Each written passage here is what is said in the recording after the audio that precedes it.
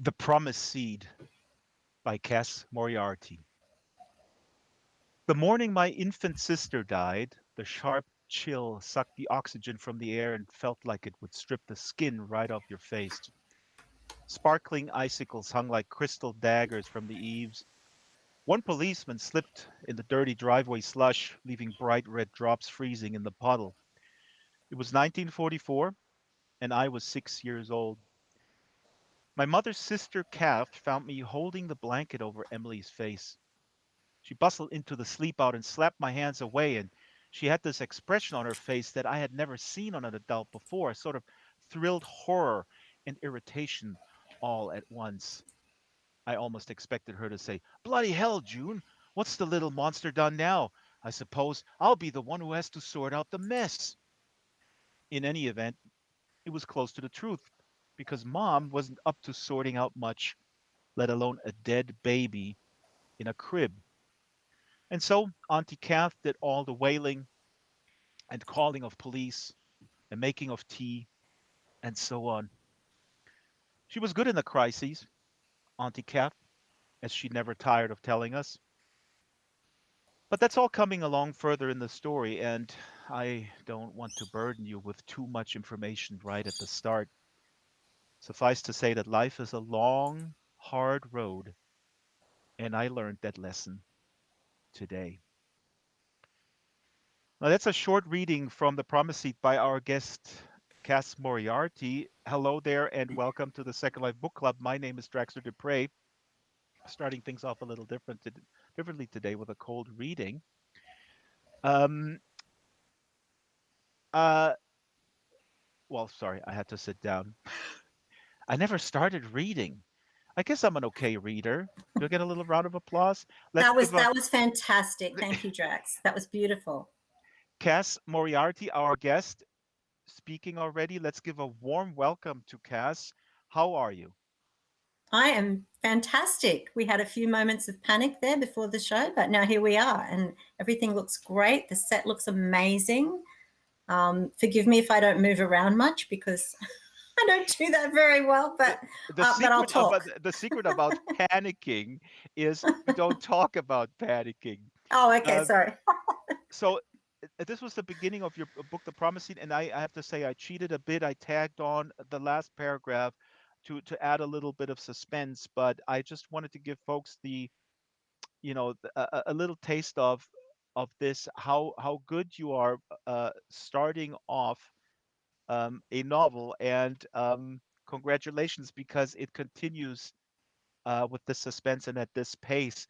Before we get into the work, I like to ask guests how the pandemic situation is treating you where you are right now. So where are you, and how does it affect your life and your creativity? Well, usually I live in Brisbane in Australia, but at the moment I'm in Melbourne because my daughter's just had a baby a week sorry. ago. People cannot hear you. You have to unmute yourself in Second Life, or you press the speak button. Speak. Can you hear me now? I think so. Can you hear me? Can you hear me now? Perfect. Yes. Okay. Sorry. Yes. So normally I live in Brisbane in Australia, but at the moment I'm in Melbourne because my daughter just had a baby a week ago, which is very exciting.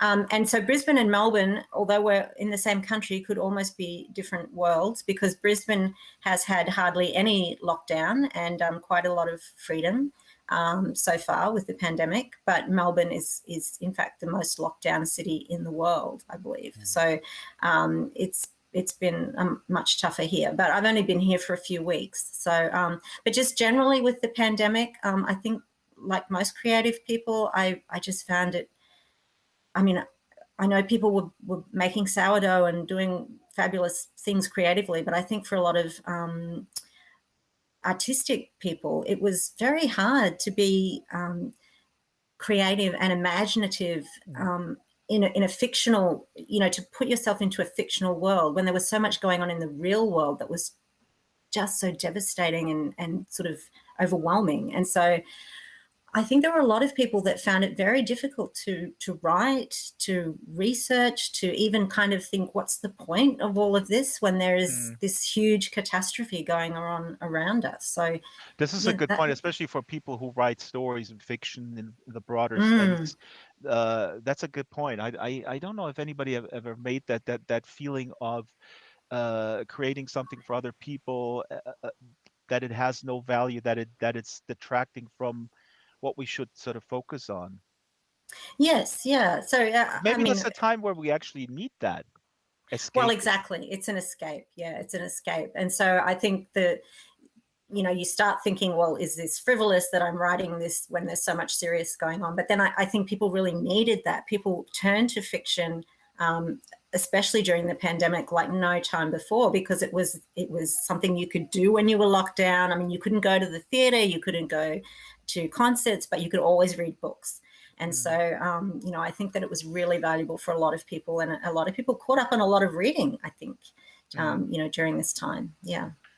I certainly did, but a lot of people also, okay, I'm not going to get on my anti television watching and Facebook browsing bandwagon here, because Cass here uh, to Books, talk about her, books, but books. exactly. Um, Now, le- if I could ask the camera to move back a little bit and give us a little bit of a wider view here of the stage. The set, as always, was built by Ruby Geek, who couldn't be with us today. There are elements of your book, The Promise Seed. I read The Promise Seed. I'm halfway through Parting Words. So primarily, this is about The Promise Seed, which is about a wonderful friendship between a boy, I think he's 10 years old, and an old man, probably pushing 80, maybe a little bit above. And so these elements here, they pertain to the story. There's a chicken coop. There are elements from this wonderful cover, the tree, the blue tree, the fence, the man working, and the boy here looking at the chickens. There is a grass head. I didn't even know what that was. I knew what a chia pet was. That's where you get like a head, and then you put seeds in there, and then grass sprouts out as the hair. There's a Yes. chessboard on the table, and there are envelopes. Actually, these envelopes on the ground, they have to do with parting words.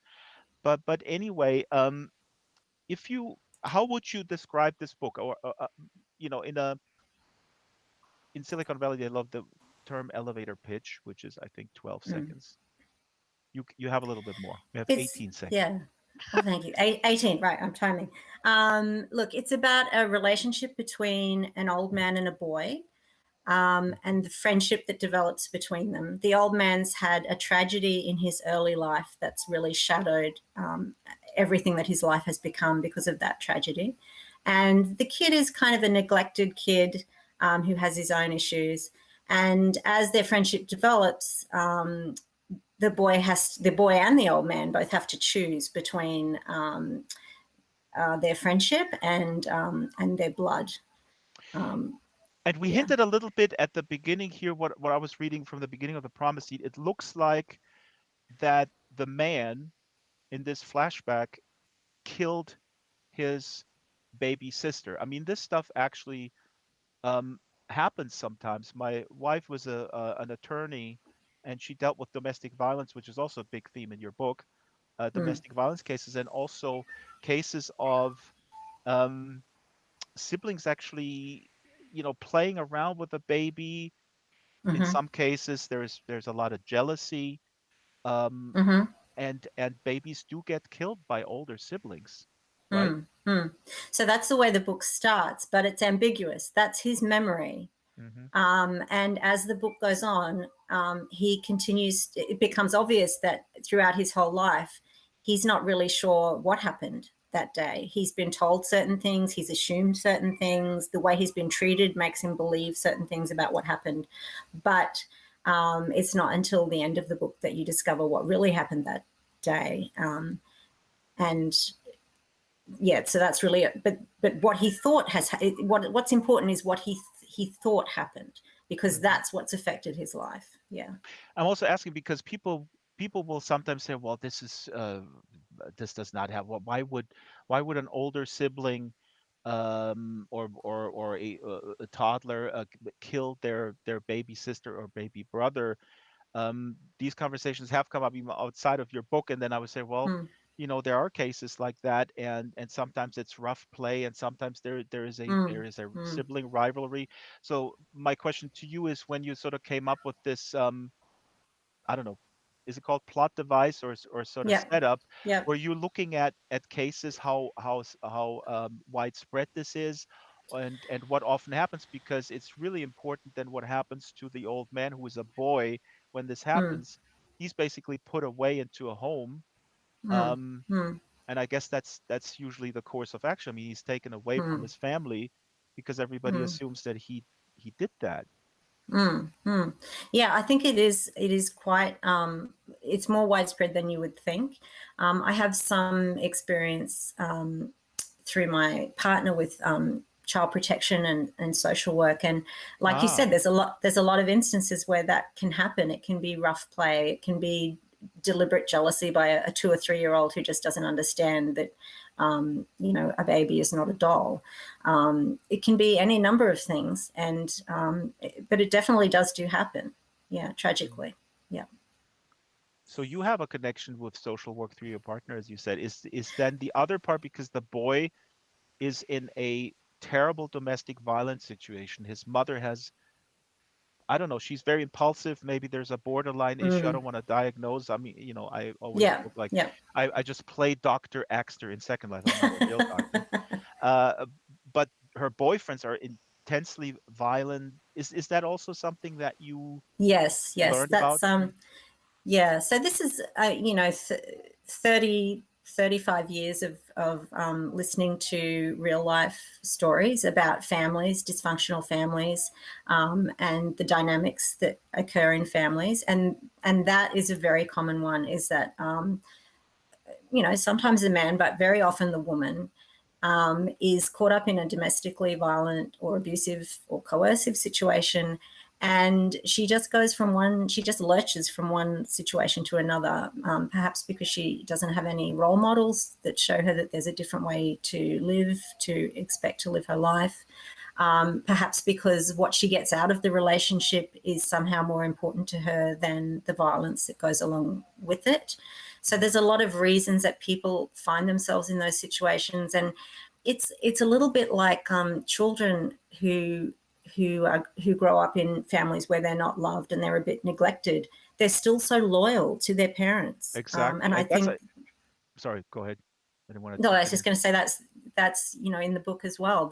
This little boy whose mother, for the most part, is quite neglectful, but occasionally has these flashes of what you would call proper parenting, and yet he loves her because that's the only mother he's known, and he's very loyal to her. He wants her love and her affection and her praise, and he would do sort of anything to get it. And that's how a lot of children grow up. Yeah. And he clings to these little events where the mother shows her affection. There's one instance where he is so certain that she would forget again his birthday, and then she actually does not Mm. forget it. Um, and that is a wonderful surprise for him. Yes. This is so interesting. Like I said, I could not believe when my wife was sometimes telling me these things that are going on in these domestic violence cases that she worked up at the court as a research attorney, and you just cannot believe it. And it's also something that is not confined. That's what I learned observing, like you were observing this for 35, I observed this for Mm. 25 years. Mm. This is something that is not confined to any sort of like socioeconomic group or anything. This Absolutely goes not. to all Yeah. levels. Yeah. Yeah, absolutely not. So the book is set around, probably around near where I live in Brisbane, which is quite an affluent, reasonably affluent suburb. I mean, nothing like LA or anything, but it's in Brisbane terms. It's not. It's socioeconomically, it's quite a nice suburb, Hmm. and yet when the book came out, one of the mothers from the local school actually said to me, "Oh, is this boy based on such and such a kid who had been to school with our children many years ago, who I had completely forgotten about?" And, Mhm. no, he wasn't based on that boy. But, that boy had been a similar situation. And, it had sort of come to the attention of parents at the school that things were not right at home. And it's not related to economic financial success. Child abuse and neglect happens in mansions and in hovels. It's everywhere. It's nothing to do with the amount of money that you have at all. There, there's a little bit here where, I mean, you can kind of tell the mother also has a drinking problem, and all her boyfriends are pretty much hardcore alcoholics, I would say. So Mm. there is a little bit of that, and they do drink and go to the pub, but it's what I find, and I'll ask you this later because I actually have a little game in mind. It's called one versus two, which is concept one versus concept two. And Okay. I'm going to ask you local versus universal, because I felt like the story at a certain point, I forgot where it was set. And I Mm-hmm. felt in my Mm-hmm. head, like the characters that I built in my head were actually probably very different. I mean, this is what a good book does, but I had to look up, like, where is this actually set? It became irrelevant to me, and I think, you know this, for this one, it's very powerful. Sometimes that, I think, there could be a negative, but if I were to tell you this, which I am, would you see, like, oh my god, I failed? Draxter doesn't even know No, that it's in Brisbane. no. I would see that as a success for this particular book. I think sometimes for books, settings are absolutely crucial, and you need to know where the book is set, and that's an integral part of the dynamic of the book. But for this one, it's all about the characters and the situation, and the setting could actually be anywhere in the world, I think, really. So I think that I've achieved something with that. And the other thing is, the old man who is actually in his late 70s. Sorry to all those people who are already 70. He's not that old, but to the boy, he is the old man, because the boy's Right. only 10. So the boy and the old man are never named in the book either.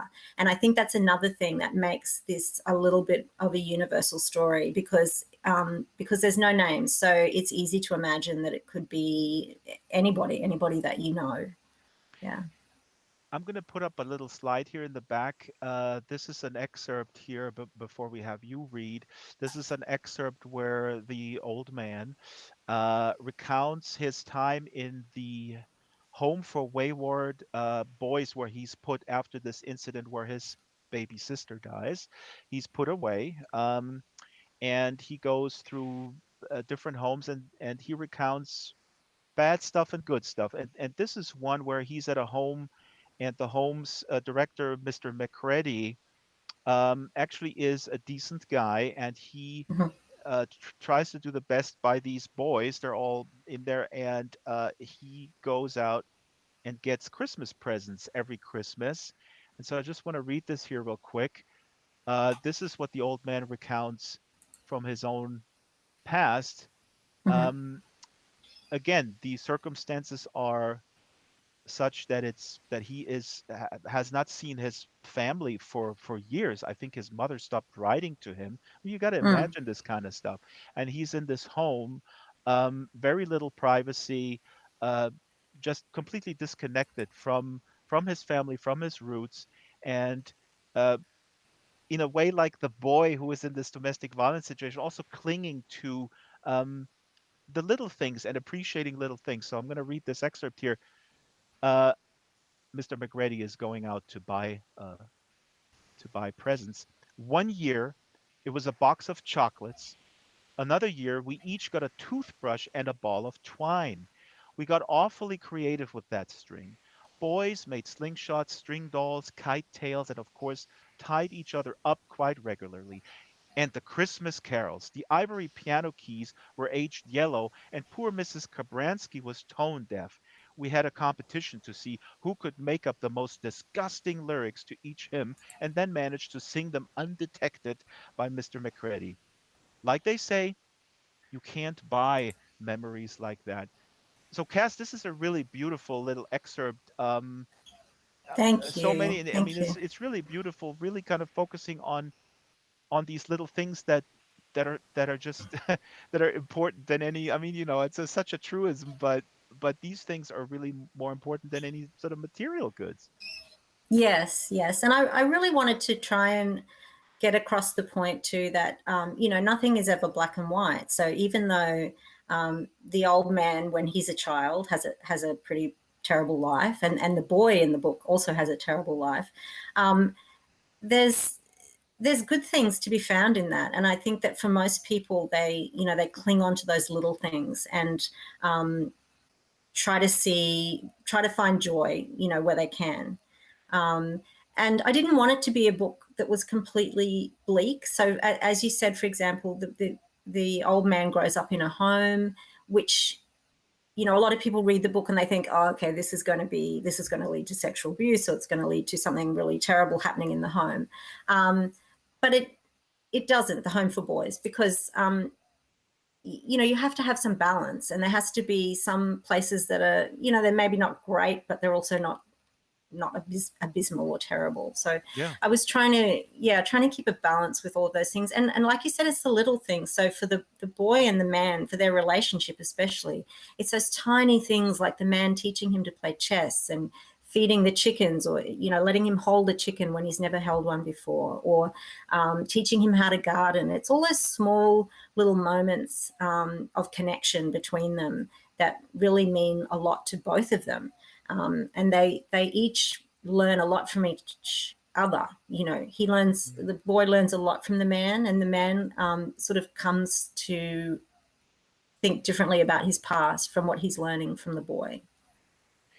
This is really important what you said about not being too bleak, because I think that's the essence of the book is also that life is. I mean, people could see this either way. I mean, I have a good friend that I always have these discussions where I say, One Flew Over the Cuckoo's Nest to me is a very positive book, and she says, "Are you crazy? It's insane." And I say, ultimately, to me, the whole feeling and the whole message is a positive one, and she says, "No, it's utterly depressing. I can't even read it."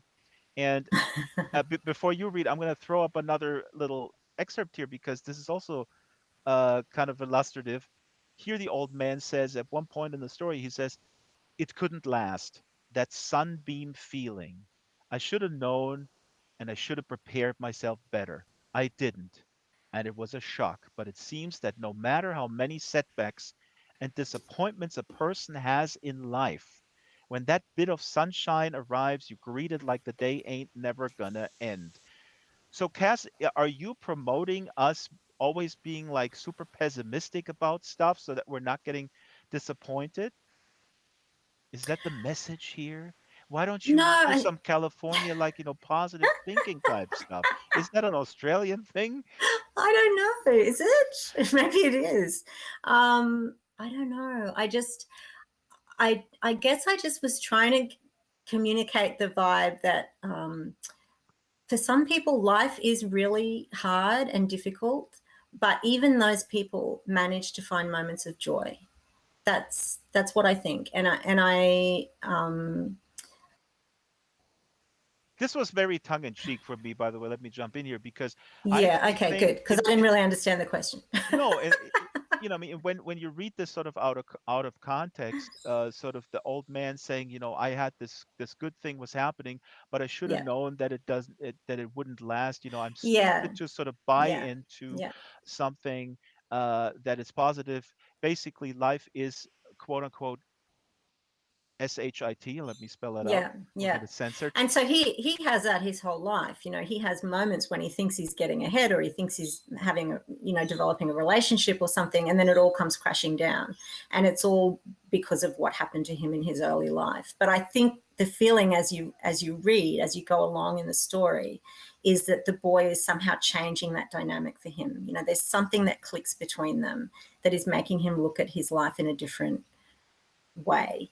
And hopefully by the end of the book, people, it's still a little bit ambiguous as to what might happen after the last page, but hopefully people are thinking, I wonder what those characters were doing, a week later, a month later, a year Mhm. later. Where were they in their lives, and what happened? Yeah, that's what I like to think anyway. I also got away with the feeling that the man is very wise because he accepts these ups and downs, and the implicit message I think to me is very obvious is that yeah, the shit happens here. I said it because Anna Watterly, who is in the audience, welcome Anna, and I'm gonna welcome the other Hi, folks in a Anna. second. Uh, you know, the that after that happens, something good will happen, and I feel that that the man again is wise in the sense that he accepts these ups and downs, and he's just not clinging to this Yeah. notion or frankly the delusion that it's always going up up up up up and it will never there will never be a dip, and that prepares him and actually also enables him to look forward to the next going up again, I guess. Yes, yes, yes. And also it says something, I think, about his, the journey that he's had through life, where he has had, very few opportunities, very few chances to sort of get ahead, to get an education, to, no real role models. And yet he, like you say, he's got that inner sort of wisdom about him that allows him to react to situations in a certain way. So, And that's yeah. what he can relate to the boy as well. Yeah. If you're just tuning in, this is the Second Life Book Club, and our guest today is Cass Moriarty, coming to us from Australia, author of The Promise Seed and Parting Words. And The Promise Seed has chickens in it, little chicks. It has a grass head in it because the grass head has seeds, and then grass uh, sprouts through his head, and all these little things that are scattered here. And I would like now to ask Cass to walk forward, and the book stand that was there before will magically appear out of Oh, nowhere, and we'll have sorry. Cass um, read to us a little excerpt from the Promise Seed. And while Cass is doing the favorite book club activity when guests Very slowly. very slowly walk forward, then fall off the stage and do all sorts of things, let me welcome uh, Squawking Soderstrom and Anna Wateley, also two accomplished, wonderful authors, here in the audience with us today, and a whole bunch of other Australians. Why don't you guys put in the chat where you are in the physical world? That is actually really fascinating because we're at the 5 o'clock hour today, 5 o'clock Second Life hour, which is unusual. Um, I'm always interested if we have people from different places. Also, before Cass is going to read, today we're streaming on my channel on YouTube. That's youtube.com/Draxtor/live. If you want to go to that channel, there is people chatting there as well. And of course on Twitter. Lots of Americans. And then uh, here we go, Queensland, California, Wow, it's amazing. The Bathurst, whole the whole world, the whole the world whole is here. world. Yeah, yeah. The whole world is here looking at the chickens. And because I was actually, Cass, I was afraid that we couldn't fill the room. We have a smaller room than usual, but a dedicated room. We put little animals in the bleachers here on the side. These are made by a Second Life artist from Serbia, Sika Ghost, and we just put these little monsters and frogs all over the place, and they're watching us, and they're very curious to listen to you. Now read. What are you going to read for us? Let's set up Well, the I'm going to read. scene. Yeah, so I'm reading a scene where the boy and the old man are together. They've just sort of started their friendship, and they've started this habit where the boy comes after school. He goes over to the old man's house and he has a glass of milk and a biscuit, and they have a chat. And I'm going to read a little bit earlier than I was going to because you mentioned the grass heads, so I'm going to include that Oh, awesome. bit because that will make sense. Before you start, let me ask you one thing. I'm sure you researched it, but this was something that I think people may not understand because they may intuitively think like, okay, the mother's an alcoholic. She's very, she's neglecting the kid, but still, the kid just doesn't go to school. The kid goes to the neighbor, and the mother doesn't even, you know, she doesn't even ask about that for the longest time. Mm, Is mm. that normal in that situation? I think it can be very normal that kids, the parents, not necessarily just the mothers, but parents are so caught up in their own dramas that they don't know what their kids are up to. They don't know whether they're at school or not. They're wagging. They're, they leave the house in their uniform and go towards the school, but then do they ever arrive? It's probably a bit different now. Now we're becoming such a helicopter society where we get, I get texts if my child has not turned up at school. But I Mhm. think probably, even only 10 years ago, that wasn't happening. And it was very easy for kids to skip school. Yeah. Mhm. All right, so let's read. Cass, take it away. The boy padded into the living room where the old man was waiting. I thought you'd never arrive. Tell me, what interesting thing did you learn today? The old man would wait, patient, for the boy to fill his empty belly. He would wait for 2 minutes or 10. He seemed to have all the time in the world. One afternoon, in between mouthfuls of biscuit, the boy related his day. We did an experiment about condensation. Oh, yeah. We picked leaves and put them in plastic bags and left them for a couple of hours. When we checked later, there was all this foggy mist on the bags. You don't say. That's condensation. It is indeed. Used to do the same experiment when I was a boy. Plastic was invented then, was it?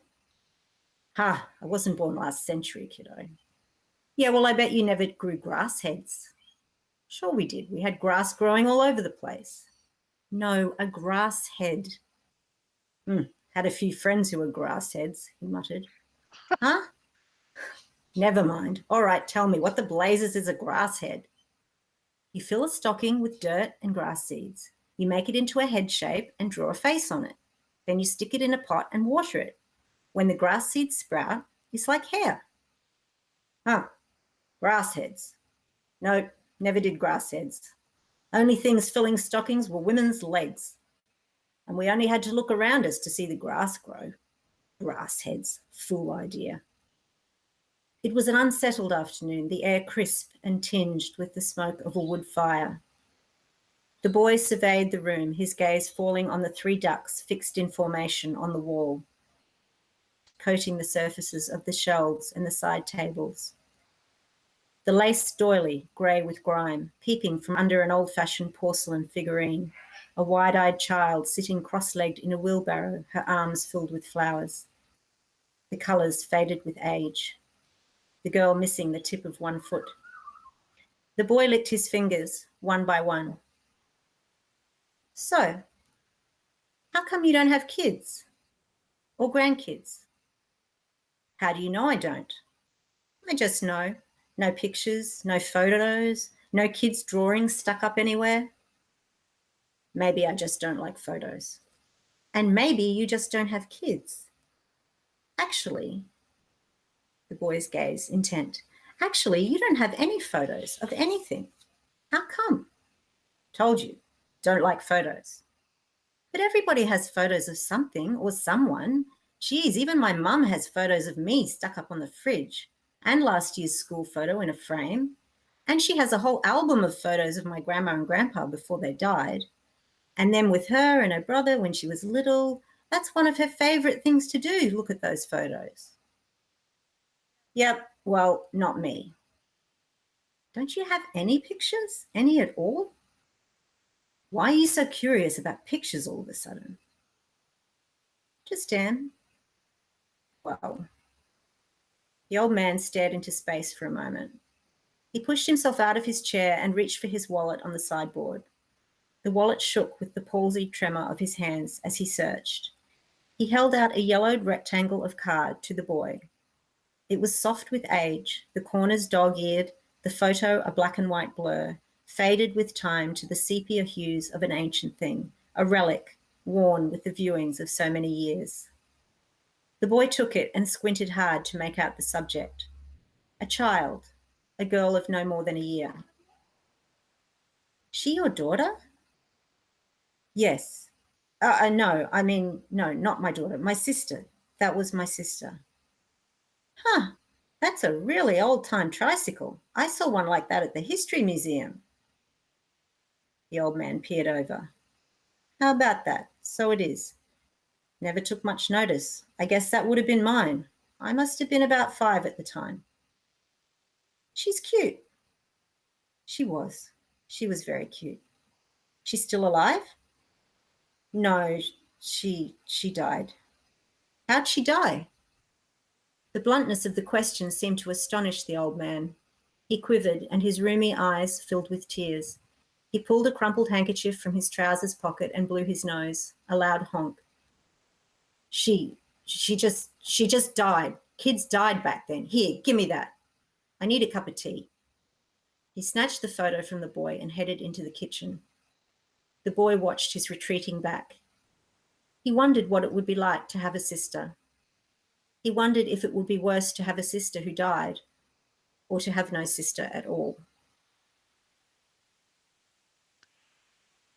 And that is Cass Moriarty reading from The Promise Seed here on the Second Life Book Club. Thank you, Cass. This is just amazing, and it's a great excerpt to show us how they uh, relate to each other. I mean, I actually Hmm. Anna Watley is here in the audience, and I looked a little bit on YouTube the conversation you had with her, and you mentioned in that conversation how normal these types of relationships were at a certain point in time, and now Hmm. they're viewed as problematic. You know, they're Hmm. maybe there is Hmm. child abuse. This is always kind of this Hmm. assumption, um, and I don't know. It's just wonderful. Your book brings back sort of the power of an intergenerational relationship that is so incredibly Yeah, important. that's one of the things I really wanted to explore in the book is that exactly that the power of intergenerational relationships. That saying, it takes a village to raise a child. And I just think that kids, cannot have too many adults that love them in their lives. They have their parents who may or may not be doing a good job, their grandparents, who may or may not be around. So it's really important as an adult or as adults that we look at the children that we know or that come into our sort of periphery, Yeah. and be there for them as role models or as friends or as able to give advice. I just think it's so important for kids to have as many people in their lives as possible that they can turn to if things get rough. They're not always going to be able to turn to their parents, even if they've got great parents. They're not always Yeah. going to be able to turn to them.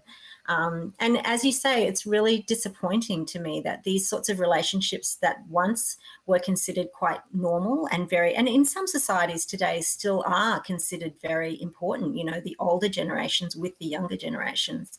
But now, if there's not a relationship there, if it's not your grandfather or your blood relative, it is looked on with suspicion. Why Right. would I an mean, old man? right, but it's hard to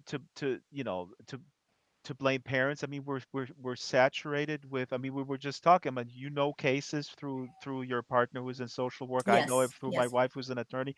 The press is amplifying this kind of stuff, so people live in constant, or parents live in constant fear against, especially the yes, specter of child yes, abuse and abduction and all these things. yes, and it's absolutely there. Of course, it's not an irrational fear. It does happen, and it's tragic when that happens. So it's very hard to find a balance, I think, in life between being cautious about these sorts of relationships and also embracing them because of what they give. I don't know if you have heard, but in Australia recently we've had this TV series called something like nursing home for 4-year-olds or retirement home for 4-year-olds or something, where they get 4-year-old kindy children and they go and visit these people in a nursing Hmm. home Hmm. every day for weeks and develop relationships with the people, with the residents in there. And watching that show, the things that each of those, the young people and also the older people, bring out of each other is Yeah. quite astounding. Yeah. those programs, there are programs like this in Germany and in California as well, and those are wonderful. That's exactly what needs to be done. These kind of proactive bringing generations together. Soul here in the Mm. local chat says, "Read more, read more, read more." I know there's constant demand. People go like, "Will Drax talk too much? Will he occupy the conversation, or will we hear these wonderful authors read?" Um, the answer is yes to the second option, and I would say let's just keep going with excerpt number two. Okay. Um, if you could please set up the scene. So what's happening here in So that it's setup? it's the middle of summer. It's the middle of summer. It's very hot. Too hot to be doing anything really much except sitting around. And the old man and the boy are together again in their garden. He's been teaching the kid a little bit about gardening. The kid knew nothing to start with. And they're just starting to admit to each other that they kind of don't mind being around each other. Yeah, so that's the setup. Okay, so I'll read. The old man allowed the quiet to settle between them. The insects had softened to a background hum. The clucking of the hens was subdued and intimate. You're a good kid, you know that? Yeah, whatever. Whatever, whatever. What's with the whatevers? I'm trying to tell you something here. Something good about yourself. Nothing that good about me. Only a kid, hey. In the way most of the time, that's what my mum says. The sun had disappeared behind the horizon, and the sky was the discoloured purple of an old bruise. Dense clouds drifted overhead, swollen with the rain of an evening storm. Sometimes I think she'd rather I wasn't here. Like, maybe her life would be different, better, if I wasn't around. She'd be free. Free to do what? I don't know, stuff, go out, not worry about me, boyfriends and stuff, you know. The old man gathered his assurances. I'm sure that's not true, kid. I'm sure your mum loves you. All mums love their kids. It's a fact of life, isn't it? It's nature, the natural order of things. The old man heard his own words and wondered if he had ever believed them himself. He shuffled over to sit closer to the boy, reached out and ruffled his hair. You need a haircut, kid. You're starting to look all bedraggled and neglect. His words stopped abruptly. Might take you down to my barber. Does a pretty mean number 4. The boy shook his head out from under the old man's touch. Get out of it. Anyway, it's the holidays. I can have my hair as long as I like. They turned simultaneously to the rustle in the avocado tree behind them. A possum was clumsily making its way through the branches and landed with a thump on the deck railing. The sensor lamp clicked on, and a blade of light cut across the back stairs, illuminating a wedge of grass. A flurry of night insects became visible, dancing. The old man heaved himself upright with a grunt and staggered in a bow-legged waddle towards the patch of garden. He placed one hand in the small of his back and bent over, fumbling amongst the foliage with the other. Miniature capsicums glowed red. Inky globes of eggplant dangled from their stems. What you doing? Hold on a second and I'll show you. The old man straightened up, groaned again, and shuffled back to sit beside the boy. He opened his outstretched hand. In his palm lay a tiny ball, no bigger than a match head. Go on, take it. What is it? The boy rolled the ball around his own palm. It was rough to the touch, striated with delicate lines. Have a guess, kid. What do you think it is? It's a seed, I guess. Correct. What type of seed? How should I know? Could be anything, a weed or anything. Nope, not a weed. You're right about it not looking like much, though. Just a muddy-coloured seed, bit rough around the edges. If you didn't know what it was, you might even overlook it, hey? Throw it away, even. So what is it, then? Guess, I told you. Not tomato. I remember what they look like. And not carrots. We planted mostly seedlings. We didn't have many seeds straight into the ground. Correct. I don't know. I give up. What is it? That, my boy, is two things. The first thing is it's a coriander seed. Comes straight from the plants we put in. Remember that tall one that I said was going to seed?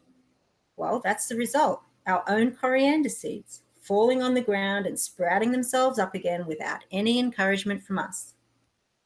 Yeah, coriander, huh? The boy raised it to his nose and inhaled. Smells like the spices at the curry place down at Rosalie. Mum took me there once. Yep, it's a different smell to the leaves. How come you never told me before that we were growing straight from seeds?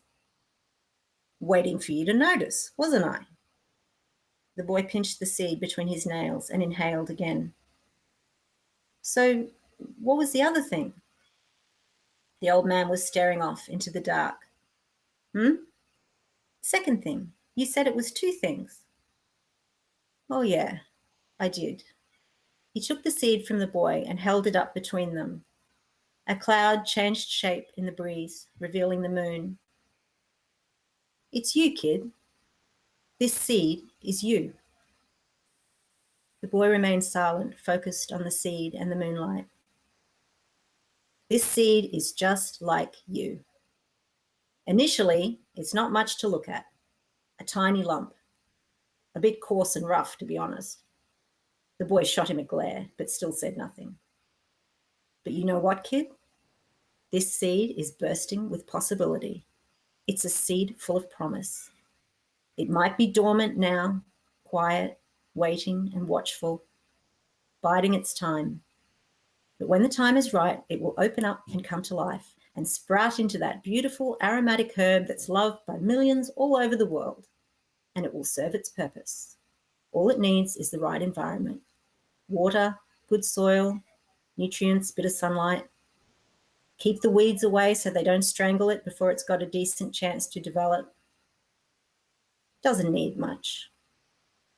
Nope, doesn't need much for this seed to fulfill its promise, to reach its potential. Cass Moriarty reading here on the Second Life Book Club from the Promise Seed. Big round of applause. That is really beautiful. And a contextual excerpt is here on the back on the overhead projector, where the man speaks to himself and reflects on his relationship with the boy, and he says, I thought about the luck of the draw in where you're born and where you end up. You draw the short straw, and what shred of hope do you have of a normal life? If you don't know any different, how can you hope for something better? How can you have a shot at what's possible if you don't even know what is possible? The boy, what does he hope for? What does he dream? How high will he fly without someone to show him the way? This is beautifully written, Cass, here. Where does he dream? I just love that. Where does he dream? What do you mean by where does he dream? I think I mean, where does he dream when he doesn't have any context for how far he could travel, how far he could go in life? His life is so small with his mother, and so confined, that he doesn't, as you said, he doesn't know what's possible. He doesn't know if he can achieve what's possible because he doesn't even know what's possible. It's like we don't know what we don't know, right? So if he just sees his, if he has a very small circle of people around him, with the boy in this book, it's basically his mother and then the people at school and the occasional teacher that he sort of connects with before he meets the old man. And none of them really give him very much scope to dream, about where he might be in the future, what he might do, who he might become. So the But I where think is not that only it includes a geographical sense, but it's not confined to a no, geography. it's more about it's where, what, who, how he might be in the world, how he might live in the world. And he's only 10, so he's just working that out for himself. But, it's like I said before, it's the adults around him, like the old man, who will hopefully give him some clues and some hope and some chances to think about what he might do with his life, other than the very constricted view that he has growing up with his mother in that situation. Um, Cass, this is beautiful. Please take a seat again. I think we should skip the parting words. It's a wonderful book, but I want to skip that reading because I have a little rapid fire game where I want your comments, and I think people will really enjoy that because we're also a educational program. We want to learn stuff. Um, uh, Before we go there, there's a few comments I want to read here. Anna from before says we get texted if the school isn't there, so always text. Helicopter parenting is Mm. the thing that's happening now in some parts of America. They also call it bubble wrap parenting to Mm. wrap the kid Mm. in a bubble. Squawking Soda Stream says, in regards to the grass head, she says, I was just thinking of the heads of long grass. Three meanings: actual grass seeds, grass heads with stockings, and stoners. Um, Great. So, uh, now, so parting words is very, very different. I'm on page 60, I believe. I love it. It's a very different also milieu. There's a wealthy family patriarch. He dies. He leaves lots of money to his three adult children under the condition to deliver 12 envelopes that are addressed to people that his three kids never heard of. So the attorney of the deceased father gives them these envelopes, like, you're cared for, you got millions of dollars, but you will only get it after you deliver these 12 envelopes. You got to find these people and then you got to deliver these envelopes. So it's total edge of the seat suspense right off the bat. And Cass, I noticed, I'm analyzing and I'm preparing very diligently here for the book club. I noticed the similarity despite all the differences of these Mm. two Mm. books. So your main theme seems to be sort of the underlying thread is that you never know who anybody is, no matter how close you are, Yes, yes, right? that's, yeah, good But you know what the observation. other Yeah. similarity is? So you will love this observation because you always throw in cloth diapers somewhere in the plot. Now, what is up with the cloth diapers? I mean, cloth diapers are great. Throwaway diapers are a menace to the environment, as we know. No, but honestly, I found that so funny because there were the cloth diapers. Of course, the old man, he grows up in in an era where they had cloth diapers. Yeah, yeah. But then the other book, I think on page 10, some cloth diaper appears again. I was like, what are you putting this in like Hitchcock? You put cloth diapers into every story? No one has ever pointed that out to me before. See, I've got to go back and look at it now. this is a very cerebral program here. I mean, we don't kid around. I don't know the significance. I have 6 kids myself, and I started off very diligently with cloth nappies for all of them, but by the 6th one, I'm afraid we were totally onto disposables. Oh God. See, But okay, I so do there's I do remember, I have very strong memories of, all of those white squares hanging on a washing line, every day. Like, that's a very vivid memory for me. we're gonna do a special show just where we're gonna just talk diapers and people who have no kids they go Excellent, like, no, excellent. I'm out of here. I'm not interested. But we're gonna do like for us, I mean, I think there's a market for these kind of discussions. Now, before we go to my game, I'm throwing up a slide here, and I read this interview with you where you were asked what was the most difficult part of writing this book, and you write wrangling the scope, number of characters, timeline, various subplots associated with each letter. Again, there are 12 letters that Mm, these three kids have to deliver. These adult kids, I call them kids, these adults, mm, providing details on each separate storyline without detracting from the primary focus on the three siblings, and then allowing them to connect with their father's emotional journey despite viewing him through their childhood experiences. This book is only 220 pages. This mm, is quite amazing. This really fascinates me. I like to read huge door stoppers. People know that I love Infinite Jest. David Foster Wallace. I read it 3 times.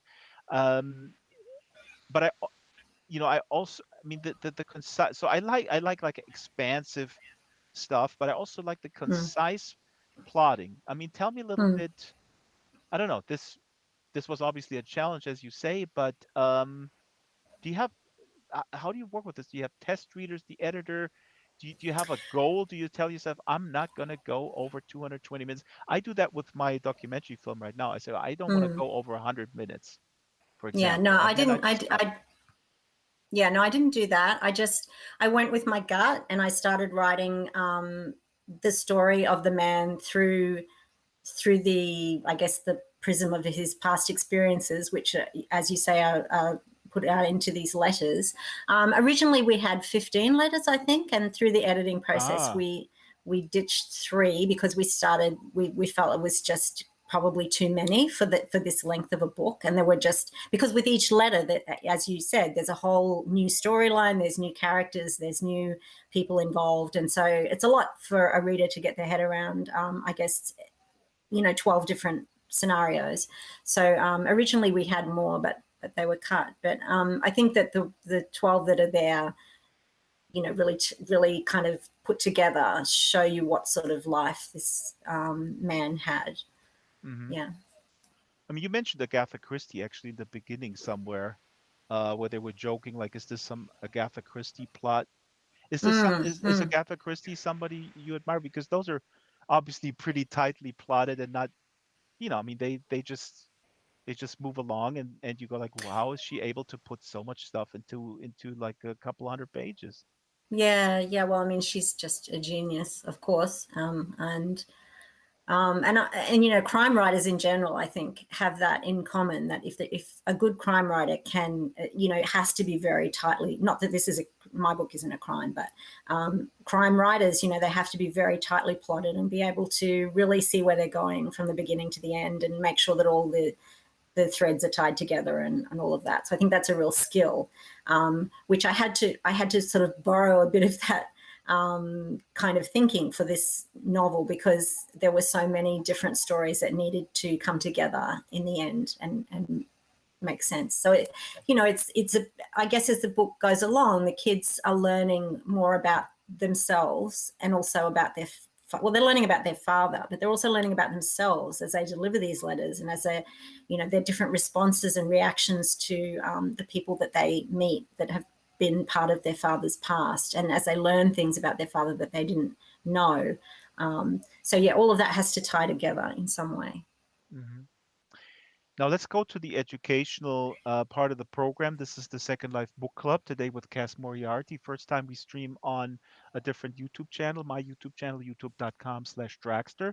If you're watching it over there, please subscribe and hit the like button. Very, very important, because our lives are run by the YouTube algorithm.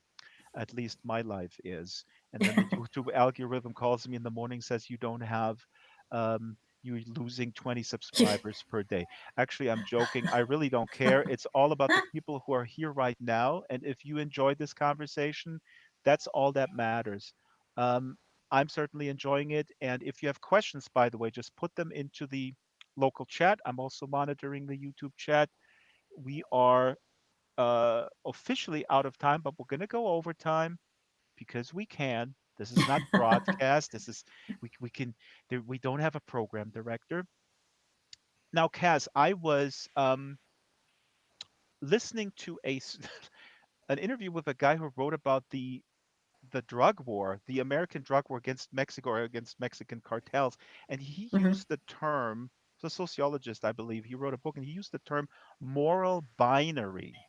And then I was like, oh, I love this term moral binary. I mean, he used it in a negative connotation. Everything is the sort of like it's good, bad. Mm, And mm, I mm. realized what I love about your books is the moral ambiguity. So I'm going to put up a concept one versus concept two slide in the back right now. And the first slide is moral ambiguity versus moral binary.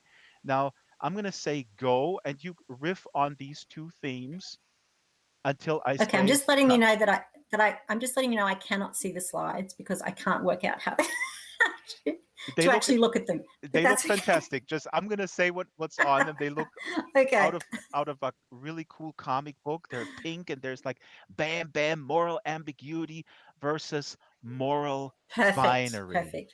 Okay, so I would go for moral ambiguity every single time. I think that the entirety of life is ambiguity. I love reading books that have ambiguous or ambivalent endings. I don't like things tied up neatly with a bow. I think that life in general is, not black and white, it's infinite shades of grey. And what I really like to explore in my writing is how people, the personalities that people have and how did they develop. So in The Promised Seed, for example, there's a character called Snake who is, universally hated. He's a horrible, dislikable character. But I also wanted the audience to think, well, the reader to think, why is he that way? What made him that way? What sort of childhood did he have that he's ended up that way? So that's always what I'm trying to do with moral ambiguity, is looking at, you can't ever just look at somebody and say, this is the way they are, and they can't change, or they haven't had the opportunity to, because people, sorry, I've lost my train of No, thought. I But mean, yeah, anyway, that's did that exactly. answer the question? No, absolutely. And like you were saying, I mean, I'm gonna finish your thought. That's brilliant. It's really never this clear cut black and white, and we all know it. And still, sometimes I think people go, if they have the choice, they go for a very clear cut binary. I guess Mm, mm, because it is comforting in a way. I mean, I don't want to like name any mm, names, but okay, let's mm. just say every Marvel movie that I didn't watch, and maybe that's why I don't watch it. I don't want to knock the Marvel movies necessarily, but I find them incredibly boring. I know people, I'm going to get a million emails go like, no, there's absolute complexity and blah blah blah, this and that. But anyway, slide number 2. Now this is a good Okay. one here. Again, comic style. There's yellow in the back, and there's a exploding thing, and it says art versus commerce. Art versus commerce. Yes. How does that factor into Okay. what you do? These two Well, things I in your think head that you are would ask fighting. any writer, they would say you're not doing it for the commercial success. So for me, it's always the art. I think any kind of art, Yeah, whether that's it's what they say, but then they call their editor and their publisher and say, "How many titles did I sell?" And then they get the online whatever the thing, and they go like, "Why didn't I sell this yeah, title? I yeah. should have written chapter 3 in a different way, and then I would have sold the double or whatnot." No?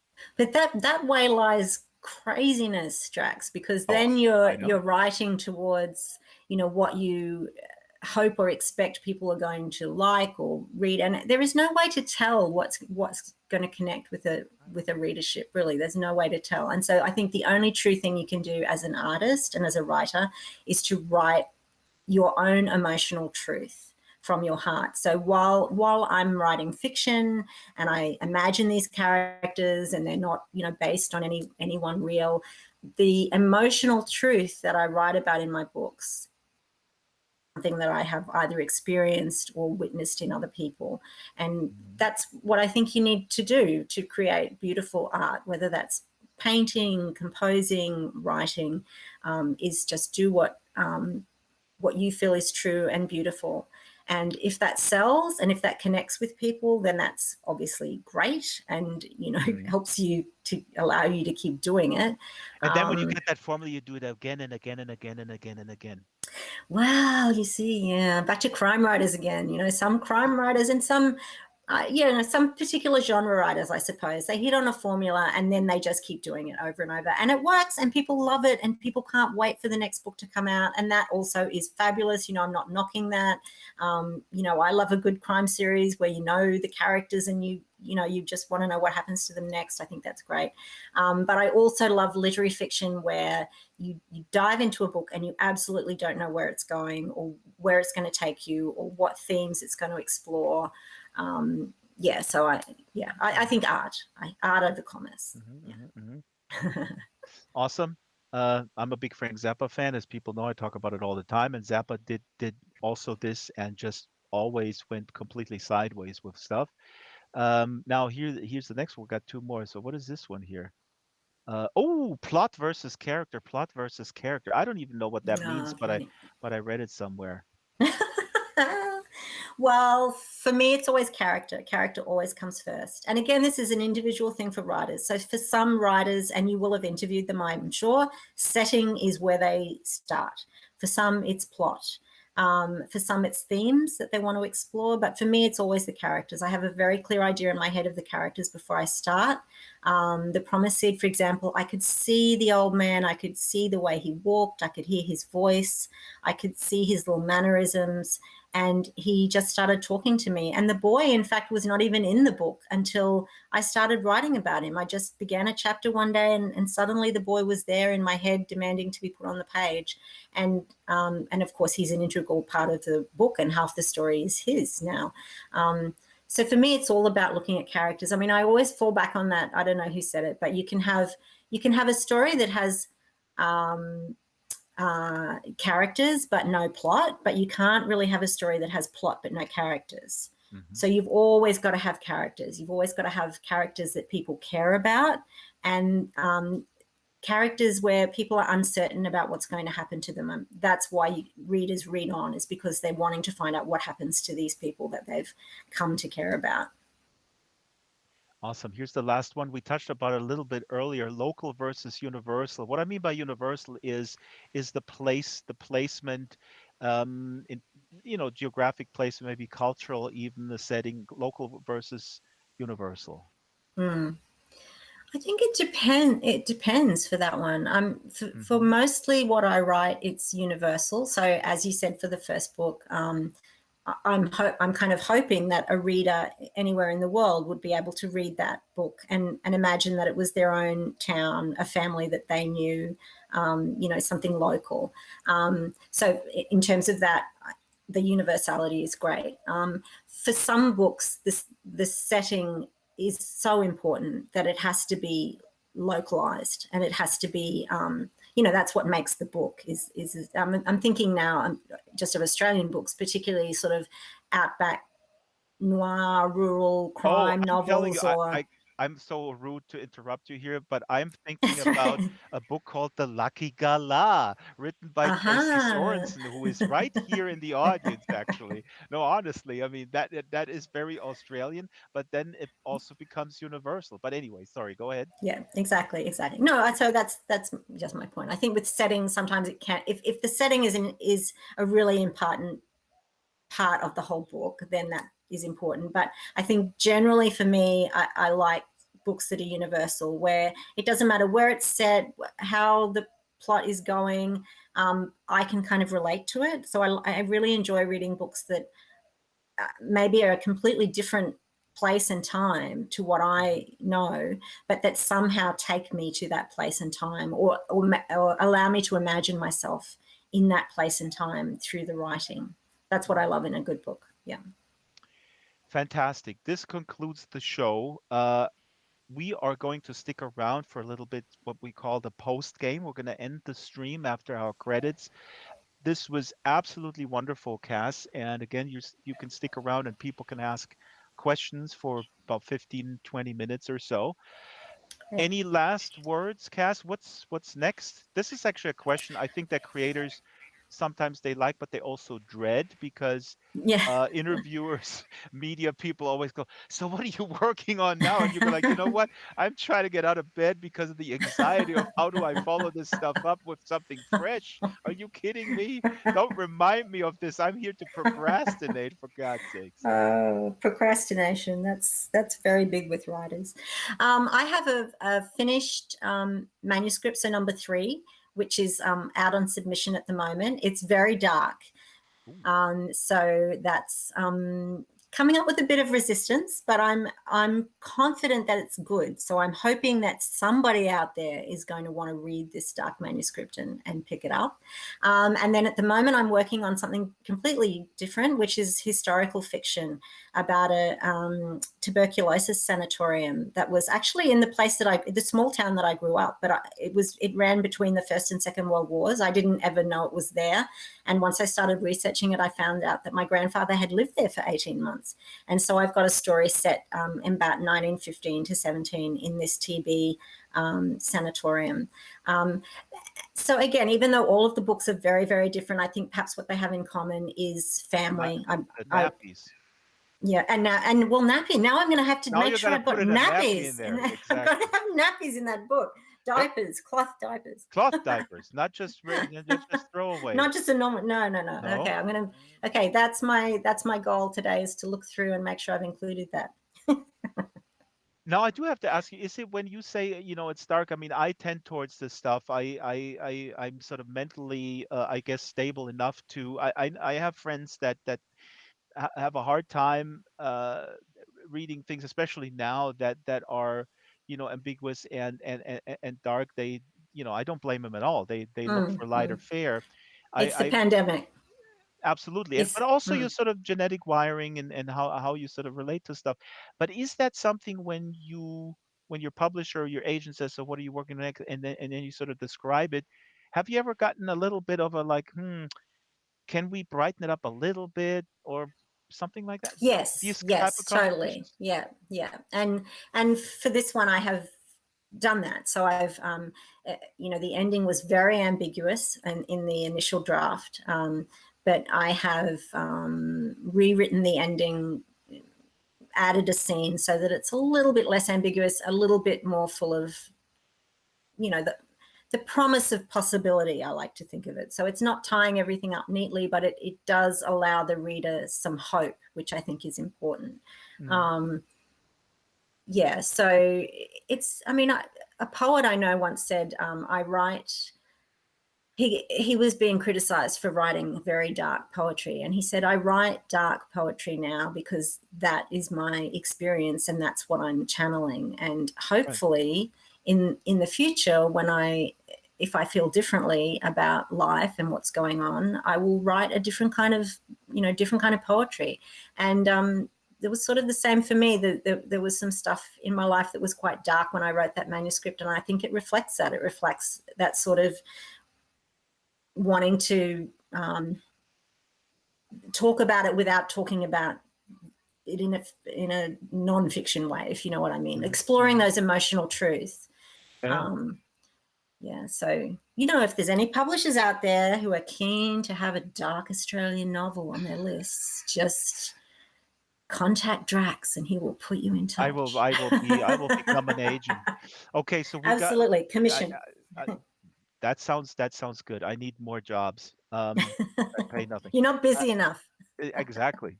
Now, thank you, Kes. Thank you, audience. We got a lot of regulars today. A lot of new people. Awesome. Jules Rivera just showed up. An amazing graphic artist. I don't know, Jules. How do you refer to yourself? Sometimes she calls herself. I don't know what she She calls said herself. she She says says, she's a "I'm a dork on the dork." chat. Oh my God, incredibly talented writer We're all of dorks. graphic We're all dorks. novels and comics. Yeah. Um, Now, this is the Second Life Book Club. Thank you so much, Cass. Thank you, audience. This is the first time we streamed on my channel. So please go there, hit the like button, hit the subscribe button. Second Life Book Club, normally 12 o'clock on Wednesdays. Today, 5 o'clock, again, Pacific time, which is the same as SLT, Second Life time. SLBookClub at Draxtor.com is the email for the program if you have suggestions or critique. Show is produced by Isabel Sharon, Shyla the Super Gecko, and myself, the location manager and master builder is Ruby Geek. The avatars are made by Ruby. The research is by Shyla. Special thanks to Marianne McCann, Theanine, Brett Linden, Patch Linden, AJ McDowell, Arden Schwartzman, and all the moles over at Linden Lab. I don't know. They're not sending any moles for security anymore. We used to have security. I don't know what's going on. Uh, SL Book Club is sponsored. We have a lot of sponsors. That means if you are a creator, you want to display your wares, please let us know, and you can just wander around here and check out who made what. Um, and then frequent those businesses. This is all, of course, made by other Second Life residents, just like you. Please find links to the calendar, Discord, Flickr on the sandwich board scattered around the islands. Again, slbookclub at dragster.com. You can also contact Jared Bot, the Avatar Jared Bot, and please don't forget to tip our volunteer staff. This is all volunteer driven. I want to emphasize this. From Linden Lab, we get these islands. from Linden Lab. I do get a budget to create the avatars, the clothing, and the well, the general body and the heads and the hair and so on and so forth. We get a little bit of a Linden dollar allowance, so to speak, but that's it. Everything else is completely volunteer driven. So please give. Put your loose linden shackles into that tip jar that's right here um, on the stage. Don't forget that. Even if you come back, you can give later. Please spread the word that this book club exists. And next week we have an author from Pakistan, Usman Malik, who wrote an amazing book of Pakistan fables, if you will, with a modern twist. So he's a medical doctor and I think he's a rheumatologist and a sci-fi author by night, and he's also a werewolf furry avatar. That's Usman Malik next week at the normal time at 12 o'clock, right here on the Second Life Book Club. And Goodbye. thank you so much, Drax. Thank you, Cass.